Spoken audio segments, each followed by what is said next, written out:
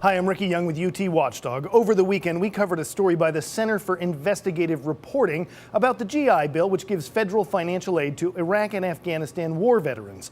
That aid has helped veterans to the tune of $600 million in California in the past 5 years, and the top institution receiving these funds is the San Diego campus of the University of Phoenix. Now, you'd think that would be a great thing, helping veterans, but the gist of this story by the Bay Area group that did the report was that the University of Phoenix and other for-profit schools offer a lesser education at a greater price, and they leave graduates with worthless degrees and no job prospects. Given that, we've asked Mark Brenner, Chief of Staff at the University of Phoenix parent company, to come talk to us about this. Mark, these are some pretty serious charges. What do you have to say about these findings? Well, I appreciate the opportunity to be here today, and thank you for having me join. Thanks for coming. I think the key for us is that we make sure that we serve our military students with a flexible, affordable, high-quality education. In this case, the document that was produced seemed to indicate that taking a couple of factors, whether or not you're in the Cal Grant program or whether or not your students receive Cal Grants, and the nature of your accreditation status as a driver of quality. And we certainly agree that quality is an important metric, but we think that the author chose a couple of pieces of data which we certainly pointed out to him have significant inaccuracies in providing his conclusions. Well, I wanted to just take a look at how much money we're talking about here. University of Phoenix received $95 million over the past 5 years. That's just the San Diego campus, and according to CIR, that's more than all the schools in the University of California system combined.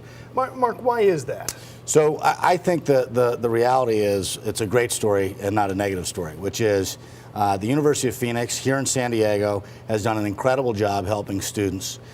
In this case, over 4,000 military students, as reported through the federal database. And yes, we've done a better job of supporting military students than the California system.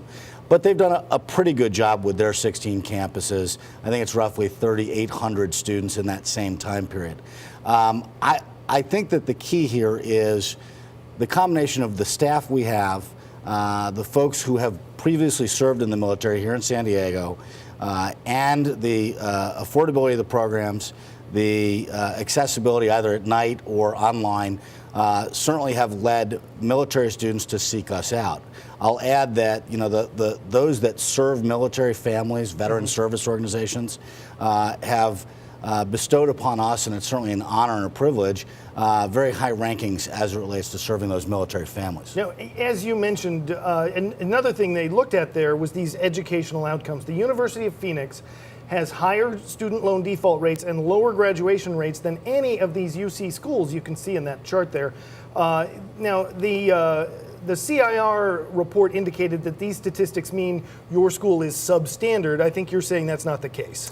Yeah, we're certainly saying that's not the case. I think if you look at our graduation rates, and we certainly talked to this journalist about what we report on a regular basis through our academic report, available right on our website at uopx.edu, shows we have a 35 to 37% graduation rate. Again, that could be higher. But it's certainly fairly significantly higher than some of the other institutions we're talking about. Additionally, it's regrettable that the reporter chose to use some inaccurate graduation rates, knowingly inaccurate graduation rates. In fact, the Secretary of Education has said the data that they track only tracks first-time, full-time students. Yeah. So if you're here in San Diego, in the military, we know from the number of students that have come to us, you're likely to have had some credits in the past. Right. You wouldn't be counted in this data. Right. So you add to that. They don't get credit for that, or you don't get credit for that because you're giving them credit for that being in the military, right? Well, regrettably for those military students, they're not counted. Yeah. And that's unfortunate. The Secretary of Education said he needs to fix that. Certainly a number of the veteran service organizations have come out asking for that fix. We genuinely believe that that needs to occur as well. First-time, full-time students are an exception and not the rule, not just at the University of Phoenix, but across the United States. And so making sure there's accurate information at the federal level and the state level to provide people with the data to make good decisions is an important part of what we think they should do. Yeah. Well, I just wanted to say our reporter Ashley McGlone talked to a number of students from Phoenix and other private for-profit schools, and many of them had positive experiences and were glad the GI Bill was there for them. As the Center for Investigative Reporting pointed out, state and federal agencies don't track whether veterans find jobs, so largely what we have is anecdotal. One graduate the center spoke with was David Pace, who runs cables for BAE here in San Diego. We followed up with him and he said his new degree didn't land him a new job, but he's hopeful it will help him move into management someday at BAE. So Mark, thanks for coming, and for the Watchdog, I'm Ricky Young, UTTV.